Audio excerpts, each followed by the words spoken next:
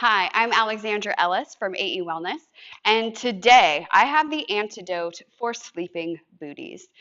You may have heard of glute-mnesia or amnesia of the buttocks, and if you haven't, let me warn you. For so many of us, sitting is the most common position we are in throughout the day, which puts the glutes and hamstrings on a little bit of a stretch, and there they stay. And so, as a result, many of us lose the reactivity and springiness of our glutes to give us the power that we need to get up out of our chairs gracefully, to run, to jump, and also to support and stabilize our lower back. So today I'm going to show you 3 exercises and maybe some bonuses that will help to bring awareness and awaken your booty, your glutes, so that you can restore the elasticity and strength of the buttocks. You can also use this as a warm-up for your workout, especially if you have a workout that is glute focused, so that you can prep your glutes to be ready to get down to business. So the first exercise here is a glute bridge, which many of us are familiar with. In the glute bridge, you want to have your feet pointing straight forward. So instead of walking like a duck, you want to get in the habit of having your toes point straight forward, and then up you come. Another thing to think about is not letting the knees drop out to the sides. The glutes do have some external rotation as a direction of movement, and so you want to work on using those inner thighs to keep your knees pointing forward. You'll do this 10 times, up and down you go. Now, to make it even more challenging and target hamstrings a little bit more, you just slide your heels out. That's it. And then here, it'll be way more about the glutes and hamstrings rather than just the glutes alone.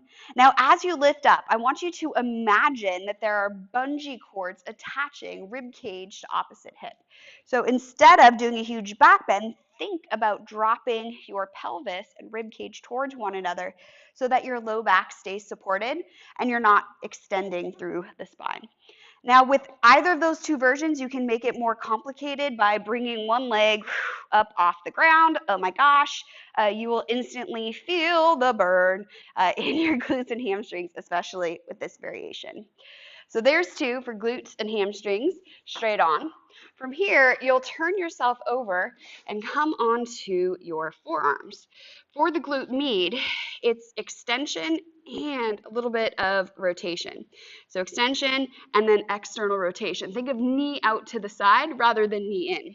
So extension and external rotation. And you can start to make this movement more fluid and thinking of lifting not from the heel, but the butt, right? That area where your thigh and butt meet.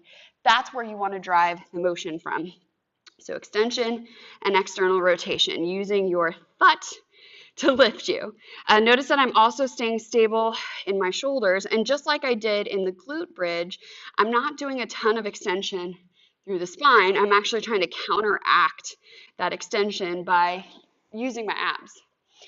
Now, we can tie glute med, abs, obliques, shoulders all in together with the side bridge.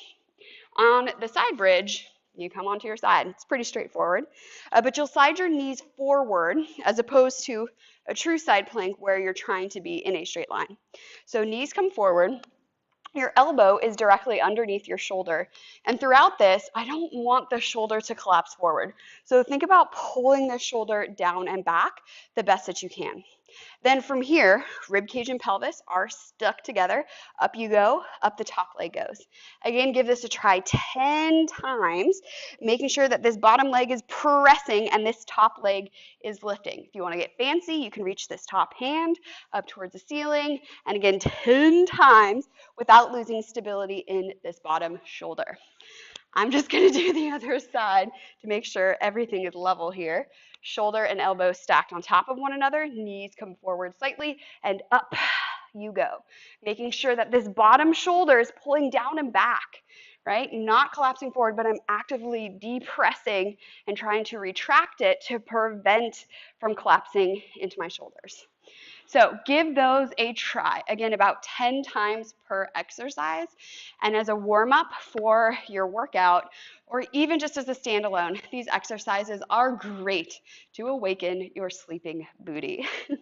If you want to learn more about how to maximize your mobility and live pain-free in your body, be sure you check out my website at aewellness.com and stay tuned right here for more videos.